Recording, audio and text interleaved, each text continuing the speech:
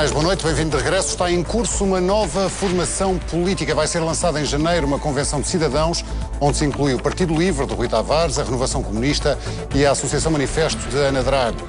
Sob a alçada do Livre, que é o partido político que já está constituído, vão concorrer às próximas legislativas. A escolha dos deputados será feita através de eleições primárias abertas. Os protagonistas deste movimento não excluem a possibilidade de entendimento ou de um governo com o Partido Socialista. A nova força política conta com o apoio de nomes como Ricardo Sá Fernandes, Carlos Brito, Miguel Valde Almeida ou Daniel Oliveira, nomes também do meio artístico como São José Lapa ou Pilar Del Rio. Está no Política Mesmo a Ana Drago. Boa noite, bem-vinda, Ana Drago. Esta candidatura cidadã, como se chamou, não vem dividir mais a esquerda? Eu creio que não. Eu creio que ela responde a um sentimento de urgência em termos de resposta política que eu creio que se sente à esquerda. Há muitos anos na política portuguesa, e em particular nos últimos anos com a violência que tivemos sobre a sociedade portuguesa, há um grande apelo para que se entendam, para que exista um espaço de diálogo à esquerda. E esse apelo foi sucessivamente feito, nomeadamente às forças à esquerda do Partido Socialista, Bloco de Esquerda, PCP, no sentido de haver uma capacidade de criar um diálogo que, num contexto de violência tão grande sobre pilares fundamentais da democracia, as políticas sociais, a questão da precariedade no emprego, esta sensação de falta de futuro que nós vamos percebendo na sociedade portuguesa, que eu acho que este espaço se constitui exatamente para conseguir rearticular os diálogos. E, portanto, então, depois desse apelo ao diálogo, surgiu mais uma dissidência, é isso? Talvez pareça contraditório, mas é exatamente porque houve uma dificuldade por parte das forças constituídas em dar uma resposta de um governo à esquerda perante a violência que foi feita nos últimos 3 anos pelo governo da direita, que eu creio que a novidade que é trazida aqui, digamos que são duas.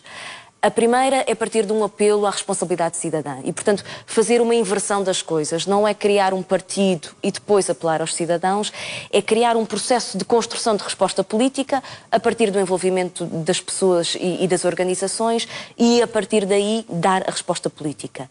E a segunda questão é a questão do diálogo. Porque a esquerda à esquerda do Partido Socialista, de alguma forma, sempre recusou a priori qualquer diálogo que fosse possível com o Partido Socialista e, portanto... Porque o Partido Socialista tinha políticas de direita. É verdade. Era esse o slogan. A ironia, e eu reconheço até na minha história como representante democrática, os anos que eu estive na Assembleia da República, de ter a dificuldade perante governos do Partido Socialista de estar a defender políticas que foram criadas por governos do Partido Socialista contra governos do Partido Socialista que as estavam a torpedear. E, portanto, é esta dificuldade de criar um diálogo à esquerda que eu creio que no contexto que estamos a viver é absolutamente determinante.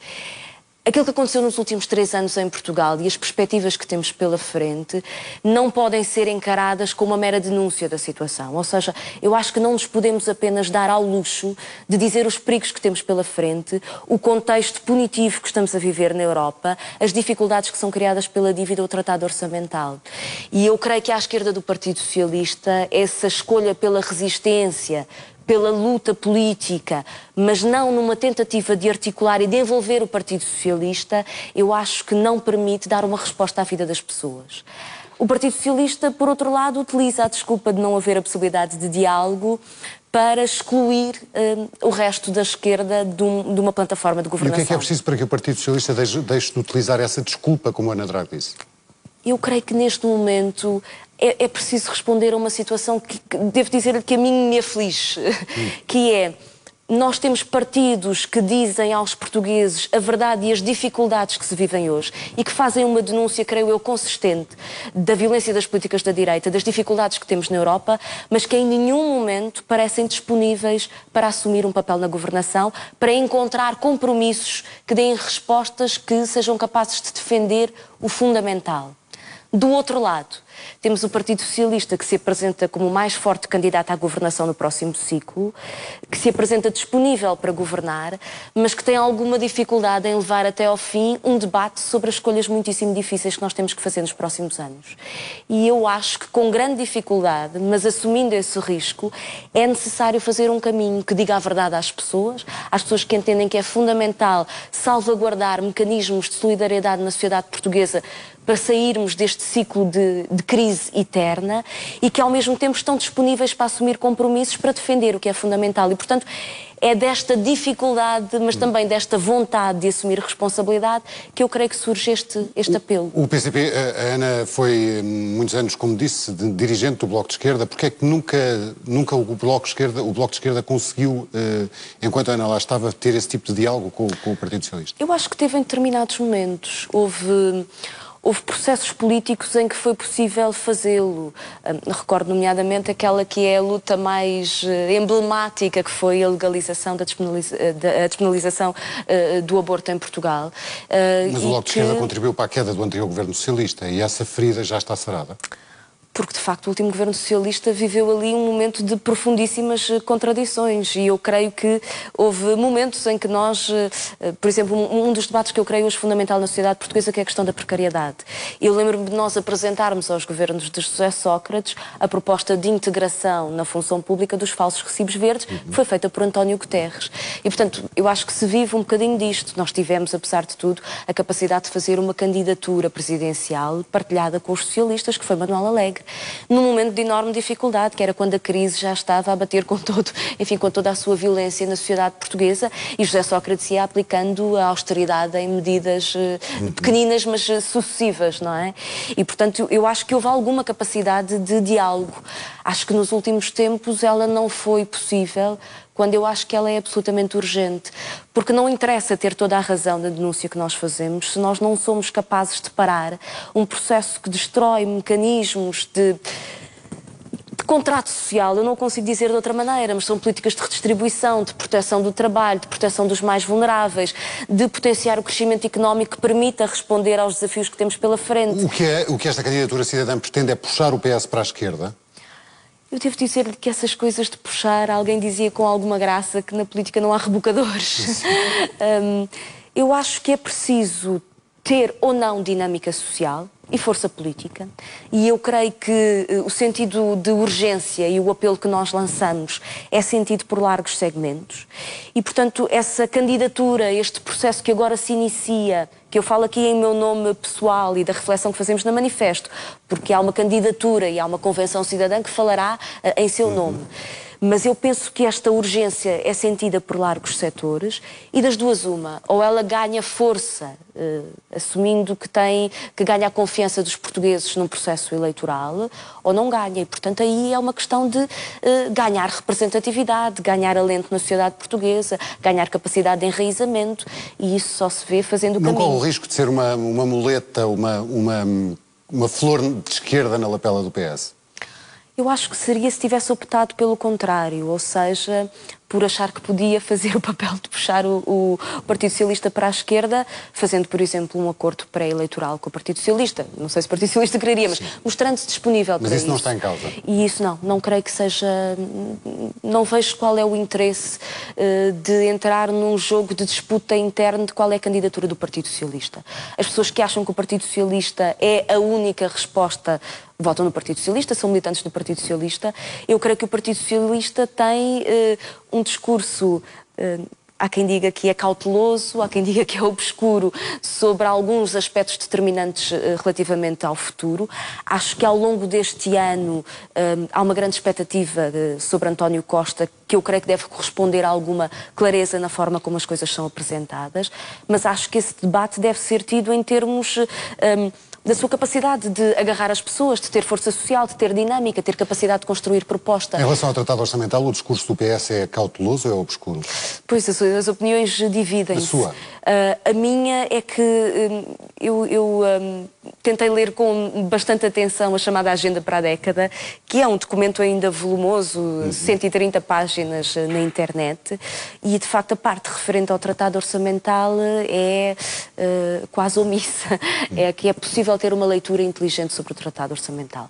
O Tratado Orçamental é de alguma forma uma arma. Como é que o seu movimento pode pactuar com algo que está assinado pelo Partido Socialista e que não é repudiado pelo novo líder do Partido Socialista? Porque eu devo-lhe dizer que eu não estou para fazer um debate teórico ou principista sobre as matérias. O que eu quero saber... Mas há princípios. Claro que há, claro que há. E eu estou aqui assim exatamente para dizer o que é que eu acho sobre eles.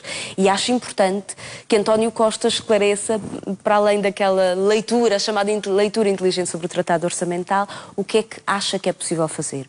O que eu creio é que Portugal entra num momento de enorme dificuldade no combate europeu e que não é possível ter uma negociação forte no quadro europeu que permita, de facto, ter a capacidade de reverter aquilo que são as metas estabelecidas pelo tratado, ou ter qualquer abordagem no âmbito da dívida em espírito europeu ou no quadro europeu, se nós não temos um governo que está fortemente legitimado, com um mandato claro, e, portanto, secundado por uma população que entende que cumprir as metas do Tratado Orçamental tal como elas estão definidas significa a destruição do Estado Social e condenar a economia portuguesa, enfim, a um crescimento débil durante uma década. Esses princípios não os leu na Agenda para a Década? Não, li os princípios sobre o crescimento económico e ainda bem, sobre a qualificação das pessoas e ainda bem.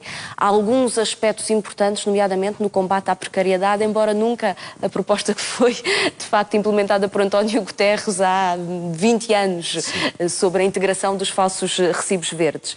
Mas de facto sobre a política europeia e sobre estas matérias não fico completamente esclarecida, não.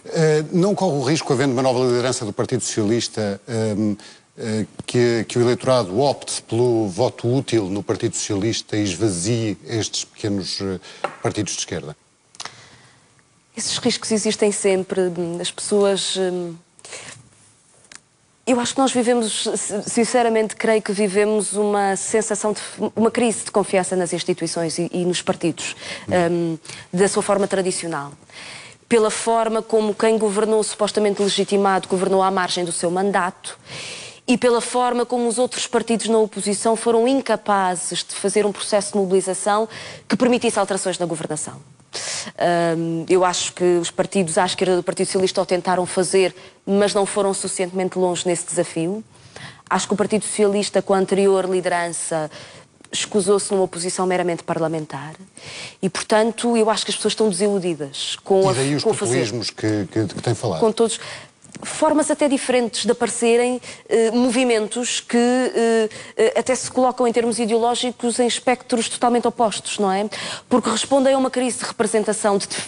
As pessoas perguntam quem é que defende as nossas vidas, quem é que me vem pedir o voto de 4 em 4 anos e aparentemente não está preocupado com o que é que eu faço durante o resto dos outros dias e o que é que me acontece. E eu creio que é necessário fazer um desafio à sociedade civil. Acho que temos que começar a tentar reinventar formas em que as pessoas sintam que são donas da sua vida e da sua democracia. E, portanto, aquilo que nós começamos agora neste processo é uma tentativa de reconstruir esse caminho e vamos caminhando e vendo os erros, as dificuldades à medida que o formos fazendo. Há riscos de voto útil, mas eu acho que temos que caminhar em torno das nossas convicções e para mim, que saí pelo meu pé... Sim, já eu vou. Não corre o risco de encarnar esse movimento desculpa a provocação, mas um populismo de esquerda? Não, porque o chamado... eu creio que o populismo é a ideia de que... E eu acho que essa é uma ideia perigosa, que até já tem protagonistas na sociedade portuguesa. Tem? Tem, eu creio que Marinho Pinto é o que representa. É um populismo que vai aivado de coisas de esquerda e de direita, mas que nos vem dizer que basta prender aí uns malandros e a crise vai-se embora. E quem nos dera que fosse assim tão fácil. Eu creio que Portugal tem um problema grave de corrupção que tem que ser combatido. Tem uma justiça muitíssimo lenta que, portanto, não é justiça. Mas os constrangimentos que temos pela frente não são apenas esses. São coisas bem mais complicadas. A perspectiva de... o cenário de sustentabilidade de pagamento da nossa dívida assenta em indicadores que, a nosso ver, nos parecem absolutamente impossíveis de atingir, uma inflação de 1,8, crescimento de 1,8, juros a 2,3, e nós dizemos, vamos, como é que isto acontece? É muito difícil e, portanto, nós temos que discutir com verdade as enormes dificuldades que temos pela frente, percebendo que pode haver um momento em que o país tenha que fazer escolhas muitíssimo difíceis, e vou ser clara sobre isto. O Estado português, eu creio que tem hoje 3 compromissos fundamentais.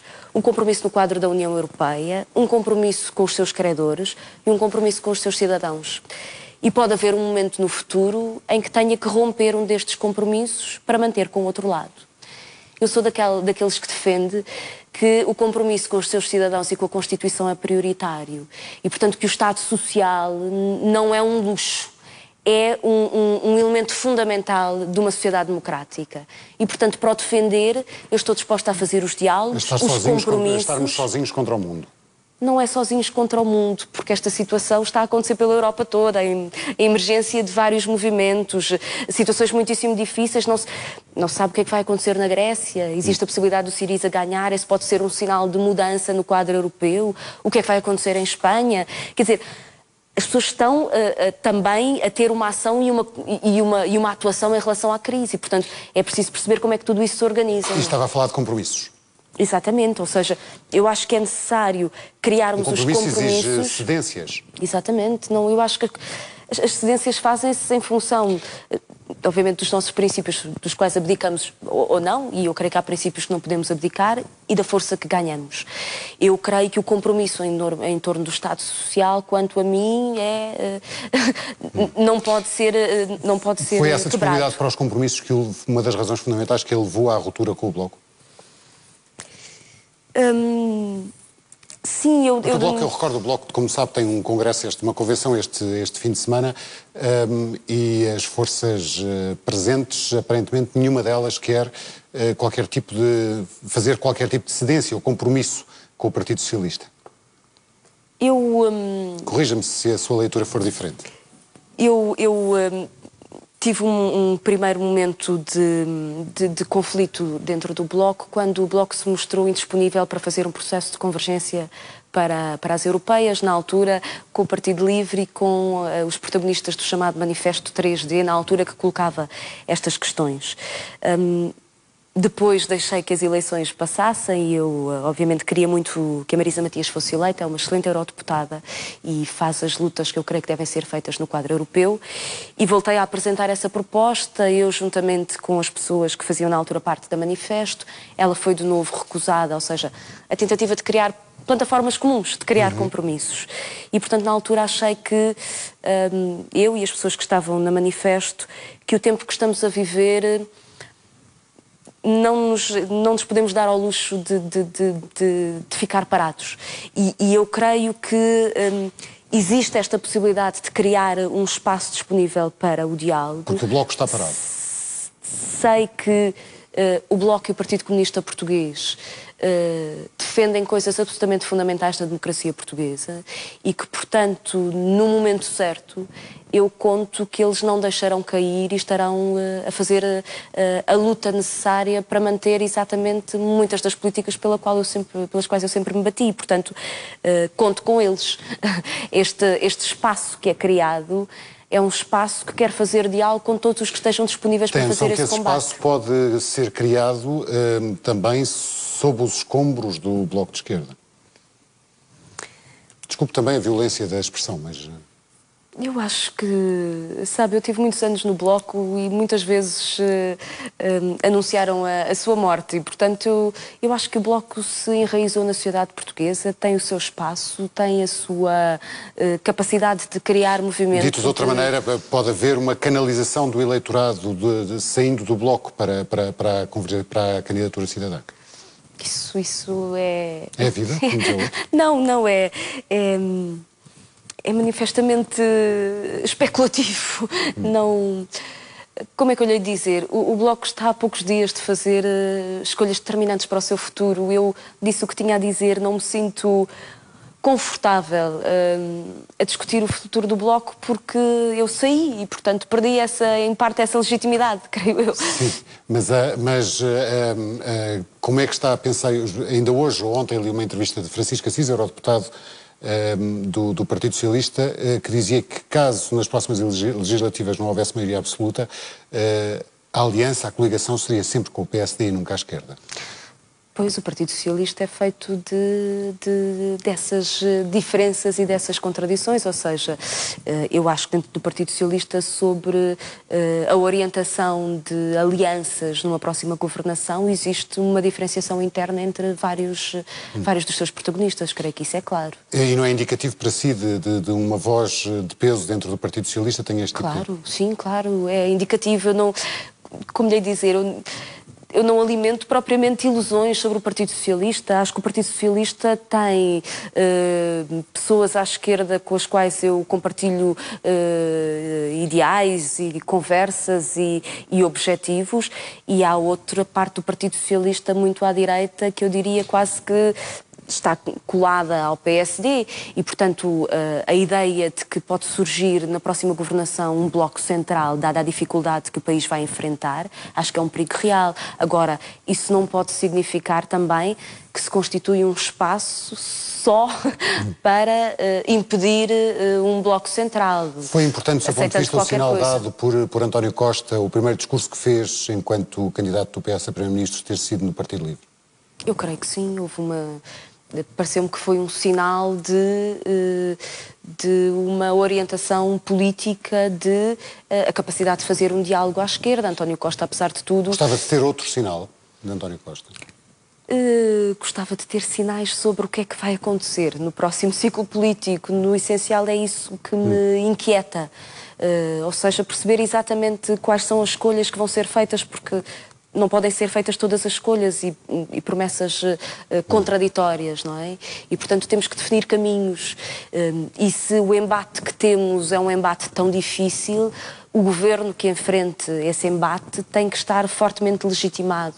Creio eu, com um mandato claro por parte dos portugueses. Creio que mesmo que não há outro caminho para conduzir uma negociação no quadro europeu forte, se não houver essa mobilização e esse mandato claro. E, portanto, obviamente, por parte de António Costa, há um conjunto de aspectos. Estamos a um ano das legislativas, o tempo vai mudando muito rapidamente, mas obviamente que estou curiosa. A formação da candidatura cidadã está a dar os primeiros passos, como dissemos, é revolucionária, é muito inovadora. É muito inovador o processo que aí vem de formação. Como é que isto vai acontecer e que garantias tem que isto não tem garantias que isto possa correr bem? Claro, ou seja, é o poder popular, basicamente. Isto é curioso, porque eu creio que, apesar de tudo, a sociedade portuguesa foi procurando os seus caminhos nos últimos 3 anos. Até por... Quer dizer, o facto de nós termos um bloqueio de uma maioria óbvia no Parlamento e termos um presidente de direita, houve, digamos que o conflito político saltou para cima, para o Tribunal Constitucional, e saltou para baixo para movimentos e organizações. Tivemos o que se lixa a Troika nas ruas, com uma capacidade enorme de mobilização popular, de larguíssimos setores, uma enorme abrangência política. Tivemos vários momentos de iniciativas cidadãs que foram fazendo este caminho. Tivemos o Congresso Democrático das Alternativas, mas aparentemente houve uma dificuldade de conduzir essas diferentes formas e essas iniciativas para uma proposta política que agregasse todas essas vontades e essas várias águas que foram correndo na sociedade portuguesa. Eu acho que criarmos aqui um mecanismo em que chamamos as pessoas a construírem coletivamente o processo de construção programática e o modelo da candidatura é o caminho de ganhar força, de voltar a ganhar raiz, de, portanto, não ser uma estrutura política que apresenta ao país um programa, mas que o vai buscar da vida das pessoas. Eu creio que, em parte, o LIVRE responde também a isso. O LIVRE nasce num processo de democracia direta, de eleições primárias para a escolha de candidatos, de uma estruturação muito aberta, que eu creio que responde a essa vontade que os cidadãos sentem de tomar conta da vida política e não serem apenas consumidores de programas eleitorais já feitos, não é? E, portanto, vamos ver como é que isto tudo caminha. Como lhe disse, o processo está a começar. As pessoas que subscreveram este apelo vêm de percursos muito diferentes, de organizações diferentes, às vezes até de áreas ideológicas que têm a sua diferenciação, mas que eu acho que caminham neste sentido. É preciso hoje estar disponível para criar diálogos, compromissos que defendam o que é fundamental na democracia portuguesa e estar disponível para isso. Diálogos, compromisso, que o processo está a começar. Ana Draga, obrigado por ter aceitado o nosso convite. Boa noite. Boa noite.